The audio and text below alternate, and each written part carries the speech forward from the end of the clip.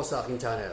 Today, ang pag-aaralan natin ay isa sa pinakamahirap na topic sa English grammar. Ito ay walang iba kundi ang gamit ng who, whom, whoever, at who. Now, before that, I said last time na bago tayo mag-umpisa, ay mag-check muna tayo ng ating answer noong nakaraan nating episode. Now, this is about how to determine the function of a word in a sentence. Kung ito ba ay ginagamit na subject, direct object, object of the preposition, predicate nominative, or appositive. Alright, ito ay tungkol sa gerund.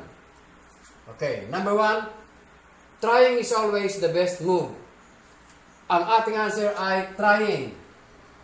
Ang gamit niya rito ay subject. Okay. Number 2, we just finished answering the questions. Our gerund is answering. Ito ang answer natin, answering, kasi siya ay object ng verb na finished. So, ang answer nito ay direct object. Object siya nitong verb na finished. So, itong answering ay direct object. Number 3, he wants to be the top in banking. Now, ang ating answer dito, ang gerund ay banking. Kasi siya ang object ng preposition na in. So, ito ay object of the preposition. Number 4, the last part in the program is dancing. Ang ating answer ay dancing kasi siya ay predicate nominative. Pag sinabing predicate nominative, pwedeng baliktarin ang sentence. Pag nabaliktad na siya, ang dancing ay magiging subject. So, ang tawag dyan ay predicate nominative. Number 5, his best move, dunking, made the audience cheer. Ang ating gerund dito ay dunking. Kasi siya ay appositive. Pag sinabing appositive, it gives additional information about the previous word. Ito yung naunang word. Ibig sabihin, yung move at dunking ay iisa lang. So, ang ating answer ay appositive. Our next topic is the use. Paano gagamitin ang who, whom, who at whoever.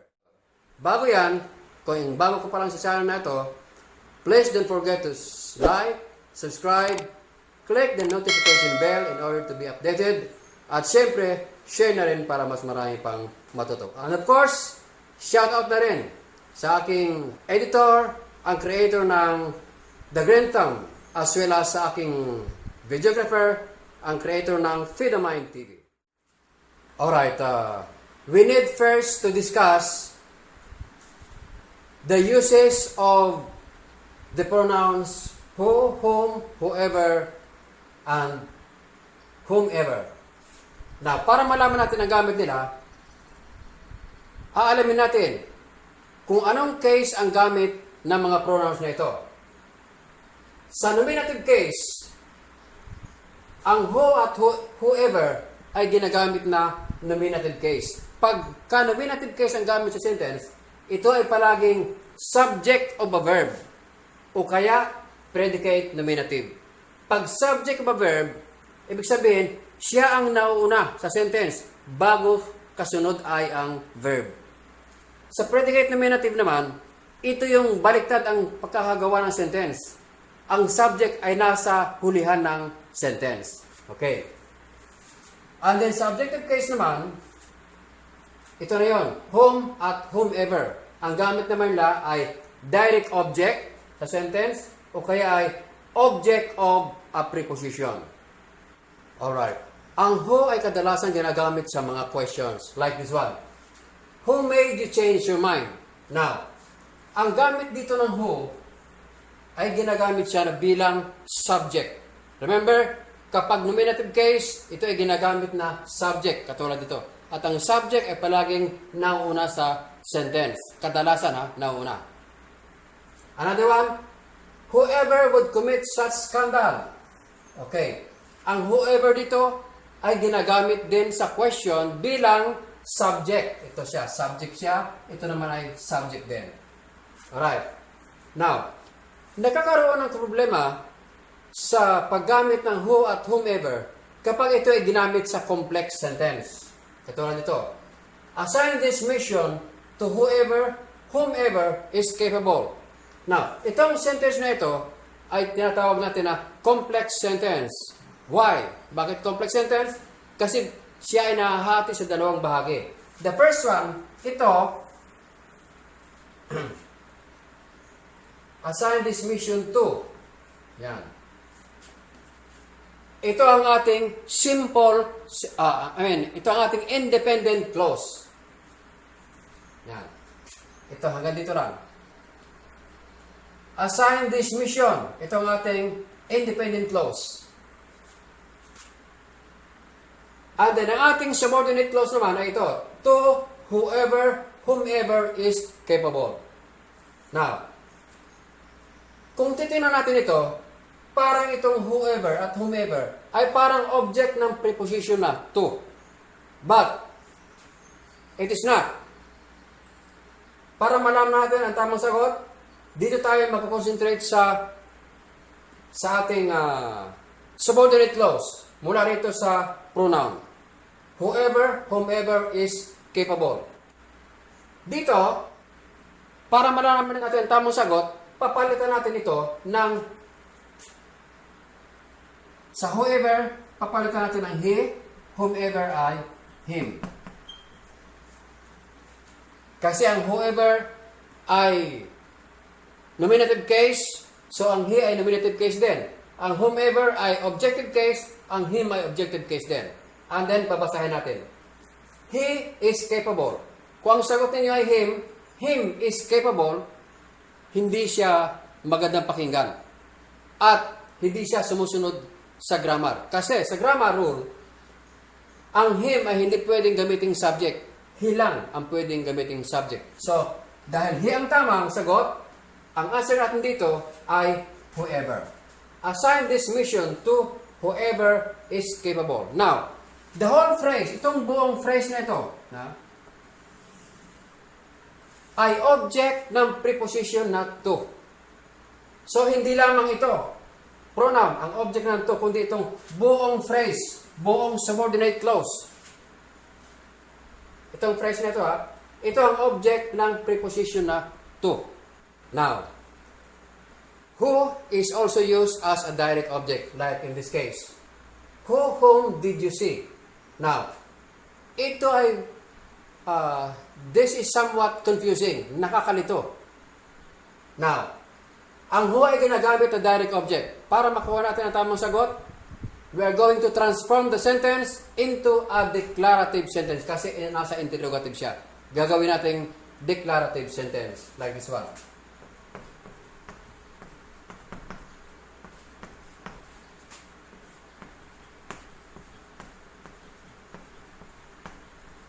Okay.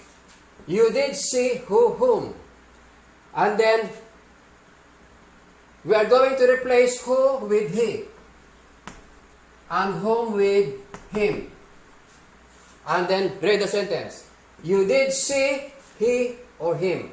Now, kung ang sagot mo ay he, you did see he, hindi magandang pakinggan. At hindi siya sumusunod sa grammar. Ang tamang sagot ay him. Kasi, ang him ay object of the verb see. Now, dahil ito ang tamang sagot natin, ang tamang sagot dito ay whom. Whom did you see? Kaya lang, para siyang hindi magandang pakinggan. Dito, hindi mo maasahan. Kahit na magaling ka sa English, dito, maaaring magkamali ang iyong sagot. Next, object of preposition. Katulad dito. Whom are you asking for? Dito sa question na ito, ang parang ang magandang pakinggan ay ito. Who are you asking for? Para malaman natin ang tamang sagot, we are going to rewrite this into a declarative sentence. Kasi nasa siya ay question form or interrogative sentence. Gagawin natin siyang declarative sentence. You are asking for whom. Okay. At pagkatapos, we are going to replace this with he. At ito naman ay him. And then let us read the sentence. You are asking for he. Kung he ang sagot mo, hindi siya magandang pakinggan. You are asking for he. Hindi siya sumusunod sa rule ng grammar. Kasi according to the rule ng grammar, ang he ay pwedeng gamitin lamang na subject. Hindi siya pwedeng gamitin object ng preposition. Pero in this case, ang object ng preposition ay him. Ito, object siya ng preposition na for. So, ang tamang sagot dito ay him. Dahil him ang tamang sagot dito sa original sentence, ang tamang sagot natin ay whom. Alright, in this sentence, our visitor is a handsome guy whom I like. Now, itong sentence na ito ay nahahati sa dalawang bahagi. First, itong una ay ang ating independent clause. And then, ang kasunod naman ay ang ating subordinate clause. Pag ganito, we are going to disregard the independent clause. Ibabaliwalain natin itong independent clause. Dito tayo magpo-focus sa subordinate clause. Whom I like. Pero ito ay nakakalito pa rin. So, para mawala ang confusion, we are going to rewrite the sentence in normal order. Katulad nito. I like whom. And then, palitan ng who ng he. And then whom with him. And then read the sentence. I like him. Kung ang sagot mo ay he, ito ay hindi magandang pakinggan at hindi siya tumutugon sa rule sa grammar. Kasi ang he ay hindi pwedeng maging object ng verb. Ang answer dapat ay itong him. I like him. Kasi siya ay sumusunod sa grammar. According to the rule ng grammar, ang him ay gamit na object ng verb. Object siya ng verb na like. So, dahil ito ang tamang sagot dito sa original sentence, ang ating sagot ay whom. Kaya lang dito, pag binasa mo siya ng diretso, parang ito ang magandang pakinggan. Kaya, usually, ito ang nagiging sagot na mali. Hindi siya sumusunod sa rule ng grammar. Okay, next. He is the candidate whom I think will win. Now, itong ganitong klaseng sentence ay mayroong tinatawag na parenthetical statement. Itong I think. Ito siya ay nagpapagulo. Itong, ano na ito. So, una natin gagawin ay disregard this parenthetical expression. And another one, ito. Ang independent clause ay i-disregard din natin siya. Hindi natin siya hasama para hindi magulo. And then, dito na tayo mag-focus. Palitan natin ito ng he. And whom, palitan ng him. And then, read the sentence. He will win. Ito ang tamang sagot. Kasi ang he ay ginagamit na subject lamang sa sentence. Hindi ka pwedeng gumamit ng him na bilang subject. Alright, before we end the session, we are going to have a short quiz. And we are going to check this in our next meeting. Now, number 1, whom did Helen ask for help? Number 2, from whom did you receive the award? Number 3, give the money to whomever needs it. Number 4, Bert is the one whom I suspect will become the champion. And number 5, the guard is courteous to whomever he helps. Now, if you have learned something in this video, please don't forget to like, subscribe, click the notification bell in order to be updated, at syempre, share na rin para mas maraming matuto. Thank you very much for watching. See you in my next video.